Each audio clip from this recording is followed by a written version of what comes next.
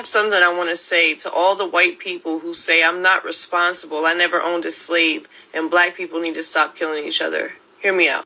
During slavery, slaves endured sexual abuse, rape, denial of education, whipping, families split up and sold, shackling, hanging, beating, burning, mutilation, imprisonment, denial of food and sleep, buck busting, families being forced to sleep with each other for the purpose of breeding and then being made fun of for it.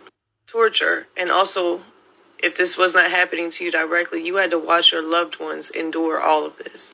And this is just very few examples, meant for the reassertion of dominance over the slave by the slave master. And after the slaves were freed, they had to endure their babies being used as alligator baits, their skin being sold as fashion, being eaten as a delicacy, being lynched and burned alive. More denial of education. Now they went from being forced to breed to being forced to be sterilized because white supremacists did not want them to have children. Sharecropping being just another form of slavery. And not only that, but through all of this, there were many black communities that were thriving. Through all of this, they found a way to become successful on their own and independent, and that made white people angry. So they burned it down and destroyed the hope and success that they did have.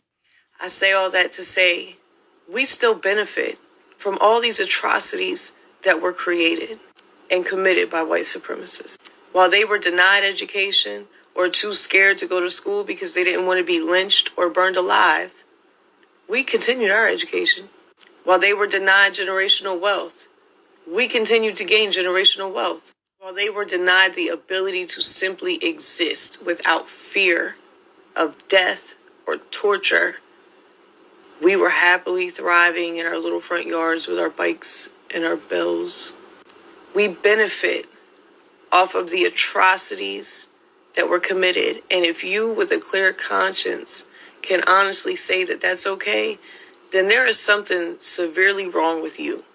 This is why I say we are responsible. Whether you like it or not, the sins of our fathers have fallen on our shoulders because we benefit from the atrocities. We benefit from the suffering and the torture of others. You have traumatized parents raising traumatized children in a traumatizing environment that we created through redlining, through PTSD, through trauma, generational trauma that we have not tried to help them heal through.